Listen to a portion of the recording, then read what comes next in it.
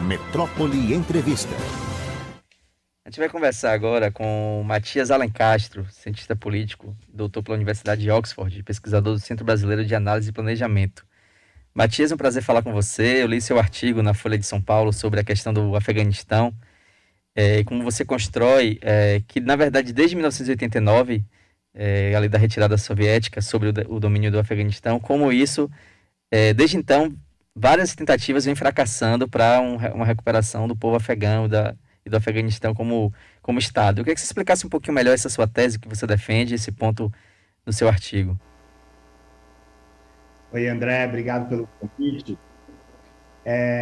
Eu acho que tem uma ideia de que que predominou aí nos últimos 30 anos, de que poderes militares, países desenvolvidos poderiam construir estados novos em regiões mais pobres do mundo praticamente a partir do zero. Essa ideia, ela não é só das potências como Estados Unidos, as potências, digamos, ocidentais, mas nos últimos 30 anos ela foi especialmente importante nas doutrinas militares dos Estados Unidos. E o Afeganistão era um dos principais laboratórios de você tentar construir uma democracia a partir do zero. E isso fracassou. Essa experiência fracassou por inúmeras razões, mas a impressão que a gente tem é que essa queda do Afeganistão, ela marca o fim de um ciclo que durou várias décadas de experimentalismo na tentativa de construir estados. Eu acho que as potências ocidentais elas vão ter muita dificuldade em fazer o que a gente chama de exportar a democracia depois dos acontecimentos da semana passada. Agora você disse também, Matias, sobre essa ação americana, né, que garantia superioridade a partir dos ataques com aviões ali no território afegão, e depois da suspensão desses voos, o Talibã começou a se ocupar nos territórios, nas províncias do Afeganistão. Como essa questão militar, essa decisão dos Estados Unidos acabou impactando diretamente nessa força do Talibã para avançar nas províncias do Afeganistão? Na verdade, a situação no Afeganistão ela nunca teve totalmente controlada pelos Estados Unidos. Você tem um cinturão interno do país que conecta, que assim, digamos, um círculo que conecta as grandes cidades, dentro do qual você tem 70% da população. E fora desse círculo, você tem todas as províncias ditas rurais das fronteiras. E nessas regiões os Estados Unidos praticamente não tinha nenhum controle. Então o poder desse Estado do Afeganistão desenhado e protegido pelos Estados Unidos foi sempre muito frágil. O que a gente sabe é que a partir de 2000, vamos colocar assim, a partir de 2008 havia uma certa clareza da parte dos Estados Unidos que a situação era irreversível, que ia ser sempre essa condição precária, e a situação ela decididamente virou a favor dos talibãs quando os Estados Unidos anunciou a sua retirada, num acordo promovido pelo governo Donald Trump, que isolou o governo oficial do Afeganistão e legitimou, de certa forma, esse regresso dos talibãs ao poder. E a partir desse momento, isso vai fazer 2 anos agora, a dinâmica militar se tornou incontrolável, porque as forças oficiais, as tropas oficiais do governo do Afeganistão não confiavam mais no Estado e não confiavam mais nos Estados Unidos, e os talibãs eles se sentiram muito empoderados para avançar. Então, tudo que a gente está vendo aqui acontecendo é um processo, é fruto de um processo instável de 20 anos, mas que se acelerou de forma decisiva nos últimos 3 anos. A gente está conversando com o Matias Alencastro, cientista político, doutor pela Universidade de Oxford. Matias, uma questão que eu vi gente colocando nas redes sociais e posicionando também, e questionando sobre, talvez por falta de informação, é que quando Cabul foi cercada, o presidente automaticamente entregou o cargo e não ofereceu uma resistência para a chegada das tropas do Talibã. Você acha que qual que levou a essa facilidade na saída, na deposição do presidente? E se agora o Afeganistão, o povo afegão tem, se você tem informação sobre isso, tem tentado algum tipo de contenção ou algum tipo de ação para frear? A gente soube das manifestações no dia da independência do Afeganistão, mas que foram controladas a bala, né, pelo Talibã. Então, André, eu acho que o que motivou essa saída repentina do presidente foi oportunismo e instinto de sobrevivência. Ele sempre foi um mestre em vender a ilusão de que o Estado afegão era sólido e consolidado. 2 anos atrás, antes da pandemia, ele dava entrevistas nesses grandes fóruns internacionais com grandes figuras da economia mundial, falando que a Constituição do Afeganistão era boa, que toda a disputa política seria enquadrada pela lei. Dias antes do Estado do Afeganistão desabar, ele disse para o secretário de Estado, o ministro das Relações Exteriores dos Estados Unidos, o Anthony Blinken, que estava tudo sob controle, que ele ia fazer uma solução negociada, ia chamar os talibã para conversar. E logo depois disso ele fez as malas e foi embora. Então é alguém que estava vendendo uma ilusão, vendendo uma ideia que não tinha nada a ver com a realidade do Afeganistão, e assim que ele viu que essa ilusão estava se desmoronando, ele foi embora, porque ele não via nenhuma responsabilidade dele, ele não via como poder reverter a situação. Dentro da sociedade do Afeganistão, eu acho que é muito difícil a gente ver a organização de uma oposição política, na medida em que, nesses 20 anos, você também não teve a organização de partidos políticos tal como nós definimos nas nossas sociedades.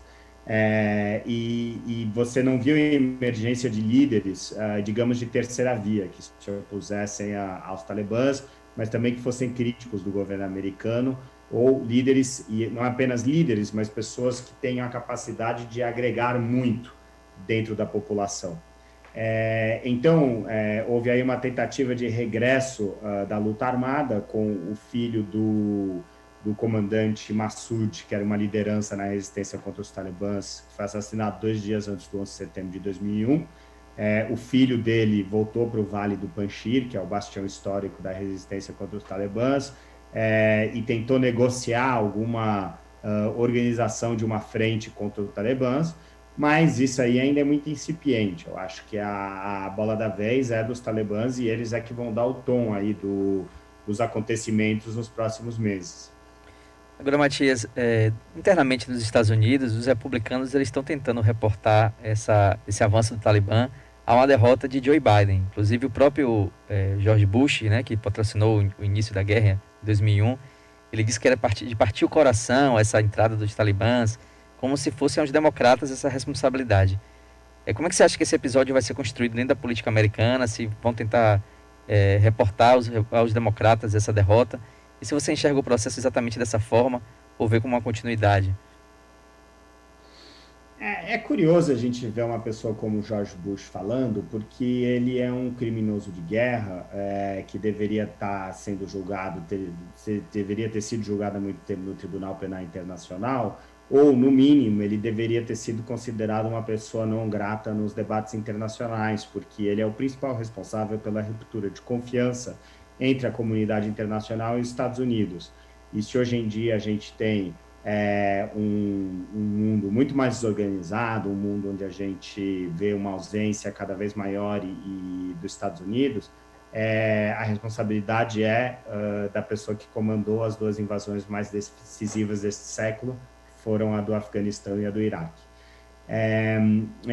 Eu acho que essa tentativa de colocar tudo nas mãos do Biden, que assumiu no começo desse ano, é cínica, porque a responsabilidade é contínua e, no fundo, ele assumiu, ele tomou a decisão de encerrar uma agenda que durava mais de 20 anos, e isso é um ato de coragem defendido, por sinal, tanto pela opinião pública nos Estados Unidos, como grande parte dos militares mais realistas, que sabiam que a posição dos Estados Unidos era insustentável, como até pela esquerda dos Estados Unidos. O Bernie Sanders, o popular senador da esquerda dos Estados Unidos, saiu em defesa do Biden ontem, porque, no final das contas, a posição do Biden é uma posição antimilitarista.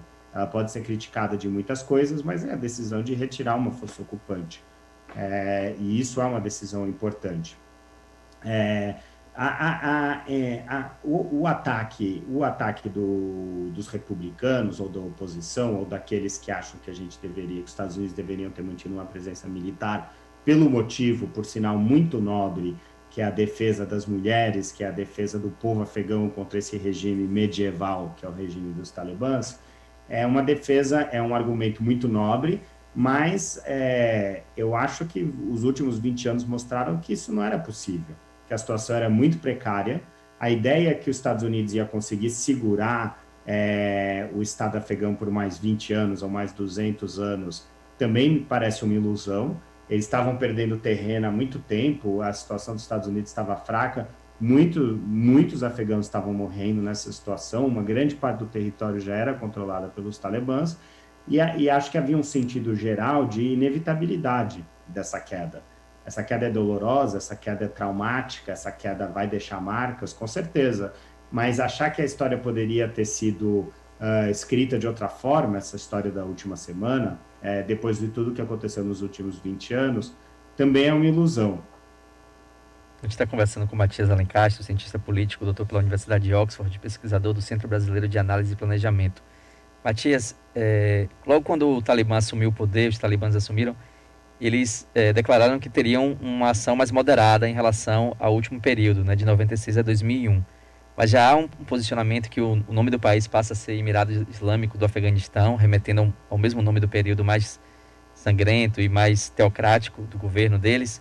Como é que você acha que será esse tipo? Será que eles vão ser moderados ou vão reproduzir o mesmo período?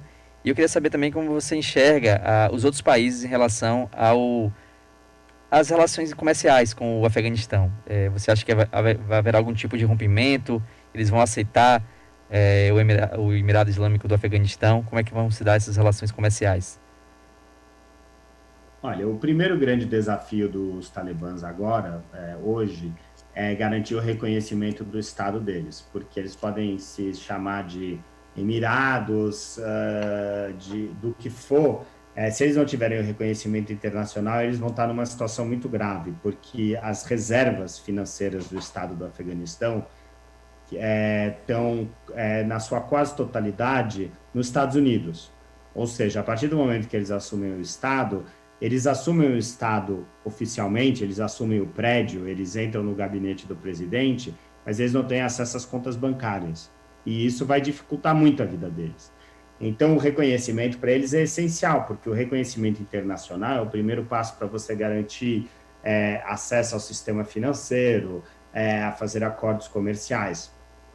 Os talibãs eles estão numa posição de vantagem em relação à posição que eles estavam quando assumiram o poder pela primeira vez em 96, que é a grande disponibilidade da China e da Rússia em apoiar esse novo Estado dos talibãs.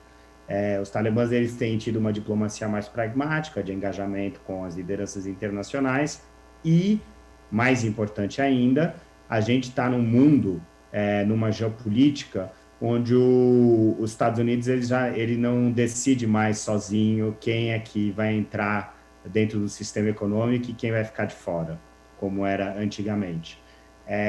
Então, os talibãs, apesar da oposição dos Estados Unidos, podem muito bem ter esse reconhecimento da China e da Rússia e conseguirem uma certa estabilidade financeira.